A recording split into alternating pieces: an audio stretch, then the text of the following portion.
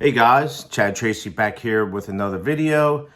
I had 18 and a half years in before I was terminated for 2 officers that falsified, and I've been trying to get my job back for 6.5 years now. So here we go. We are starting with, there was an officer at Trenton State that got shanked, I believe in the neck, shoulders, left in a pool of blood, that sort of thing. My understanding also was that it wasn't actually for him. It was for another officer. Unfortunately, he got the wrath of it. I hope that he's doing well. I pray for him. I pray for his family. And I pray for everybody that was involved, that scene, that harsh scene. And, you know, I just wish and pray every day that everybody is fine in there. And that's in every facility.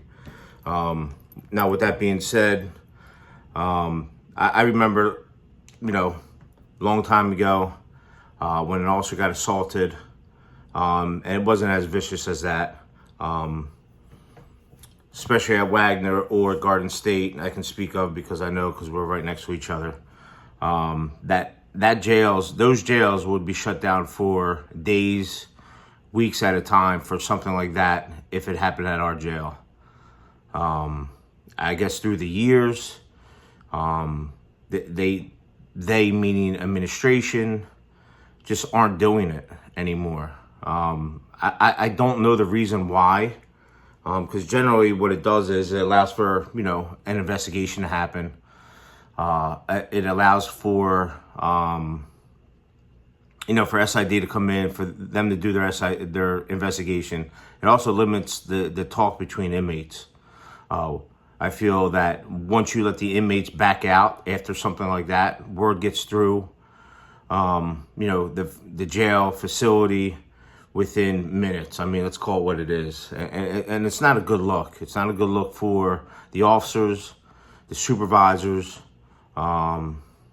It's not a good look for administration. I mean, when administration allows this to happen and allows the inmates to go back out like nothing's ever happened, the morale within the officer goes extremely down. And that's probably one of the reasons why DOC cannot get officers. The morale is down. And that's one of the reasons why the morale is down. You know, and I'm not saying that administration, well, I am saying administration doesn't have officers back, as you can see what happened with me. If the administration had our backs, a lot of things that happen within the jails just wouldn't happen. So with that being said, it's you know, if they left that jail locked down, it would set the precedence that, listen, we respect our officers. We don't want our officers to get injured. But when you open that jail right back up like it never happened, especially at like a Trenton or Rawway or Northern, that sets the precedence with inmates. Like administration doesn't give two shits about their officers. They're worrying about the daily flow. They're worried about the inmates getting what they want. And they could give two shits about officers. And that's the bottom line. As long as they're able, meaning administration and the administrators there, are able to continue to educate, you know, the inmates, because, you know, they need their classes, they need their college education, they need their wood shop or sewing shop or whatever they have at Trenton. I don't even know. I'm not even sure. I only stepped in there a couple times as an officer when I was working. Always gave Trenton utmost respect. You know, there's a lot of inmates in there that have life and kill people and so on and so forth. And then, you know, you have an officer, a young guy, that literally got shanked up, and that inmate or that convict was meant to kill. He meant to kill that officer. Thank God that officer is doing okay. Thank God. But, you know, that inmate knew exactly what he was doing, and then we cater and coddle these inmates like they're okay. They're locked down or locked up for a reason, guys. Listen, not all inmates are bad, I get it. But when you have an inmate or a convict that literally shanks up, takes the time and makes a shank, whether it be metal, plastic, or whatever, takes the time to do it, that's all premeditated. It's disgusting that you're premeditating a murder and trying to kill someone, and also just that is just doing his job. And a young one at that. So let's say that officer goes back to work. Not only is he going to be marked, man, like, oh, the officer's going to be saying, oh, yeah, he's the one that got shanked, make sure he's okay, always check on him, so on and so forth. But the inmates are going to be like, yo, that's the guy that survived Jose, that tried to kill him, and he's still around, and so on and so forth. Like, he's a marked man. Like, I just hope that he's okay. If I was him, I would be retired now. That's just one of those things that you shouldn't come back from. I mean, they almost killed you. So you do whatever you got to do. If the officer's watching, or if anybody can get word to that officer, please let him. He's got to go get an attorney. He's got to do what he's got to do. And listen, he almost got killed in there, guys. Let's call it what it is. And the officers that showed up to the scene and found him, my understanding is that he was laying in a pool of blood. I'm not sure if that's true, but the officers that came up to the scene, or the cameras that seen the guy up in a bubble in the booth that seen everything, like that's a scary situation. Very, very scary. That you can't get to that officer and you're locked behind a booth, or you're in a control booth and you can't get to that officer. The only thing that means that you can do to help is to open and shut doors. Like, that anxiety runs rampant in there. And a lot of the uptown people, the social workers that moved up through the ranks, utmost respect, they don't know what us officers go through as far as the mental health of it, the mental health aspect of everything, of dealing with that and seeing that, and you're supposed to just continue on with your job. Like, that plays a huge part in our mental health. And then you got some social workers that are moving up that just don't understand the gist of the job, and they get put in a pension, able to carry a gun, and so on and so forth. I mean, listen, I respect it, I get it, but when you have an officer in there that moves through the ranks and moves all the way up to the top, to a commish or assistant commish, there's so much more respect for those officers that made it through the rank versus if there's a social worker that does. It's just how it is, guys. I can tell you that back in the day, there's certain administrators that we had at Wagner. Man, something like that happened, that jail would be shut down. It would be shut down. The inmates would eat, but nothing would be on time. Everything is shut down. But now it's like everything is like pro inmate. You gotta do this for the inmate. You gotta do that for the inmate. You gotta make sure the facility's quiet so you can move up. And, or you gotta go after this officer so you can move up and get him terminated. That's how it goes in Department of Corrections.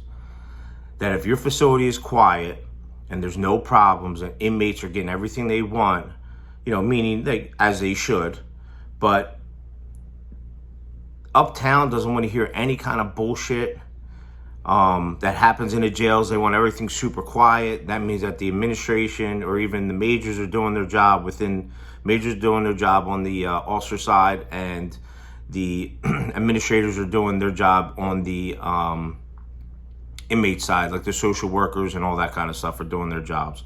So it's like it's almost like a big clusterfuck. And it just doesn't happen like that all the time. And it's just a sad, sad day in Department of Corrections when you've experienced through the years, and I had 18 and a half years in, and it was only at Wagner. People respect it or they don't, whatever. It is what it is. I'm not saying I came from Broadway or Trenton and Northern, all those not jails, but yeah, jails. There's a lot more respect that those officers get there. Absolutely, there's no question. You're dealing with a whole totally different inmate up there. But back in the day, those those jails, those facilities would be locked down for days, sometimes weeks at end. Like, it's just crazy how things happen nowadays, and it shouldn't. So listen, guys, that's it for today. I hope that officer is doing well. I'm going to pray for him. I'm going to say some prayers, and I wish him the best. And I hope he gets the mental health that he deserves. The EAP, make sure you go and contact them. They can help you. If you need to reach out to me, please do. I'm here to help you. I got assaulted early on in my career, and almost got knocked out. I blacked for a second. I see my son. I was up on A-wing, and there's quite a few emotions that go through your head. Let's see, my son is 22 now, so it happened 23 years ago.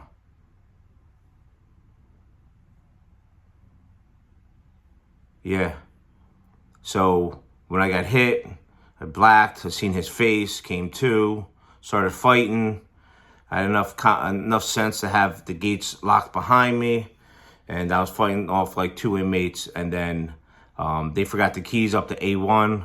And I'm not some superstar, guys. I'm not trying to say I'm a tough guy here. When you're fighting inmates, you're fighting for your life, right? They forgot the keys. They got the keys, and I seen there's an older guy named Marcassi that came up, and there was another officer that came up, Voight. And they were like saviors. Like, it was crazy when I seen them. I felt like 10 times better when I seen them come up, and so on and so forth. But listen, it's a scary situation, guys. It's even scarier if you're getting shanked. It's crazy. I only got hit a couple times. Thank God. It could have been shanks. I pray, and will continue to pray for that officer and make sure he's okay. And maybe I can make contact with him and see if he needs anything, and move on from there. But I'm sure our PBA will definitely reach out and make sure he needs or gets everything he should get in regards to mental health and that kind of stuff. And maybe even administration will reach out to him also, which would be nice, because I know they have done that in the past with certain instances. But listen, guys, if we can get back to the way we used to, have that jail shut down for weeks, let the inmates know who's in charge, who runs shit, and that's one of the things that would definitely bring the morale back in Department of Corrections. When you actually have the officers' backs and show that kind of unity, the morale would definitely prosper. Then you have this kind of blitz hiring of New Jersey DOC officers, and my understanding was that somebody uptown was trying to knock off the running part of how you have to qualify with the push-ups, pull-ups, sit-ups, and the running. And they were going to take that out of it so they can push more officers through the academy. Then I heard that if they did something like that, that we would lose that police title. So we'll see what's going to happen with that, guys. That's just a little rumor that I heard. I hope it's not true, but I never heard of this kind of blitz hiring. And I can only imagine what DOC is going to pull through with this kind of blitz hiring, which they're going to advertise on social media. They're going to make commercials. They're going to do, things on the radio. And it's crazy. Who is paying for all this stuff? Is it coming out of New Jersey DOC's budget? If it's coming through New Jersey DOC's budget, that just goes to show that what I've been saying the whole time, that there is, when they save the certain departments money, that they're getting bonuses. That just reinforces everything. So if they have that much money in the budget left over to make, for them to advertise on social media with commercials and all that good stuff, that just goes to show you that that budget in New Jersey DOC is kind of off the hook. And they're doing whatever they want, and reinforces that bonuses are happening in New Jersey Department of Corrections. I don't know how that could be with people's tax monies going up. or people's, taxes are being used. And I don't know how that could be, they could be doing that. But my understanding, they are. I've heard from a lot of people, that's how they're running things. So we'll see. All right, guys, that's it. I wish that officer a lot of luck, a lot of prayers. And I will pray that he has a quick recovery and take the time that he needs for himself to fully recover.